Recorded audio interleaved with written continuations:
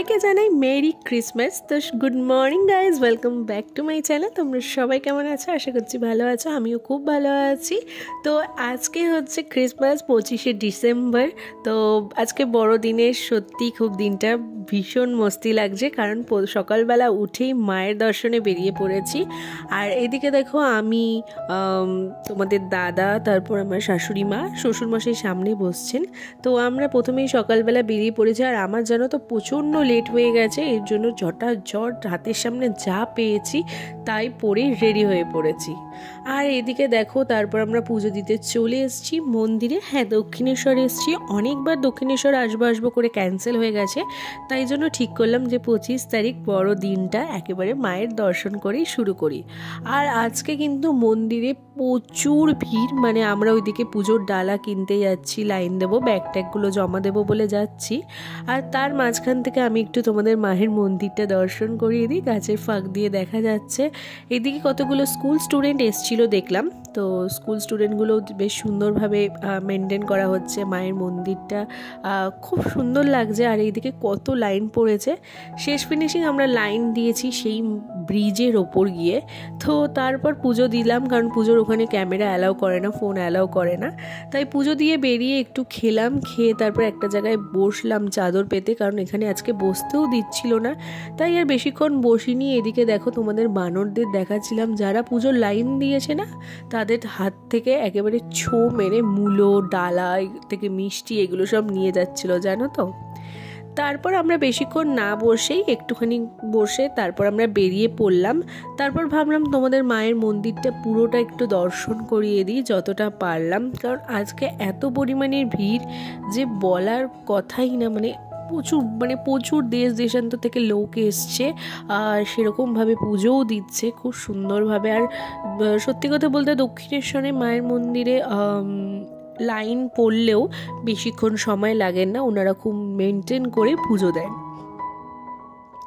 তো এদিকে দেখো সব মন্দিরটা আমি তোমাদের ঘুরিয়ে দেখিয়ে দিলাম। তারপর এবার চলে যাচ্ছি মেট্রো স্টেশন, কারণ মেট্রো ধরে যাবো স্প্ল্যানেড, তারপর ওখান থেকে একটুখানি প্ল্যানিং আছে ডিনারে যাব বলে। তো তার আগে আমি এদিকে আমরা সবাই মিলে যাব ঠিক হয়েছিল, কিন্তু মাঝখানে একটু প্রবলেম হয়ে গেছিলো, তার জন্য মা আর বাবা যাননি। তাই জন্য এদিকে দেখো এখন আমরা বেরিয়ে গেলাম ওইদিকে মেট্রো ধরবো বলে। আর আমাকে তো তোমাদের দাদা ভিডিও ধরে দিয়েছে, এটাই অনেক পাওয়া। লাস্ট ফিনিশিং এখানে বললো দাও আমি একটু তোমার ভিডিও করেই দিই নিজে থেকে। এটা পাওয়া মানে আমার কাছে ভাগ্যের ব্যাপার। আর তোমরা কিন্তু অবশ্যই কমেন্ট করে জানাও 25শে ডিসেম্বর বড়দিনে তোমরা কে কী করলে আর কার সাথে ঘুরতে গেলে।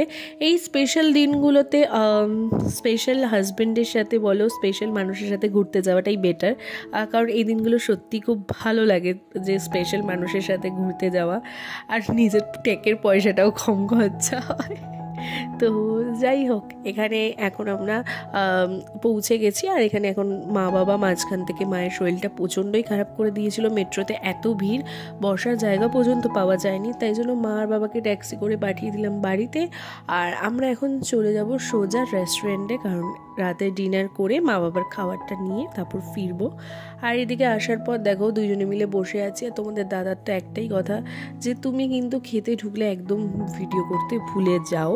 তাই জন্য আমি বললাম দেখো ভুলে যাই যখন, প্রথমে একটু ভিডিও করে নিই, কারণ সত্যি আমার প্রচণ্ড খিদেও পেয়েছিল। আর দুপুরবেলা ওরকম ছোলা বাটোরা এগুলো খেলে আমার অতটা ভালো লাগে না খেতে, তাই অল্প একটুখানি খেয়েছি।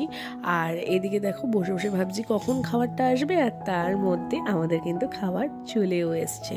তো এদিকে আমি শুধু কাবাবটা দেখালাম, মানে এদিকে রেশমি কাবাব আর ওই চিকেন ড্রামস্টিকের ছবিটা তোমাদের দেখালাম। আর বাকি কিন্তু বিরিয়ানি, ফিরনি, অনেক কিছুই খেয়েছি। আর তারপর এদিকে তোমাদের সাথে আমাদের একটু ফটো শেয়ার করে নিলাম। তো চলো আজকে ফটোটা তোমরা দেখতে থাকো, আর এখানেই আমাদের ব্লগটা তাহলে আজকের মতো শেষ করি। সবার সাথে দেখা হচ্ছে নেক্সট ব্লগে। আজকের ব্লগটা খুবই ছোট ছিল, তোমাদের কেমন লাগলো অবশ্যই কিন্তু কমেন্ট করে জানিও। তো সবার সাথে দেখা হচ্ছে নেক্সট ব্লগ ঠিক দুপুর 2টায়। টাটা।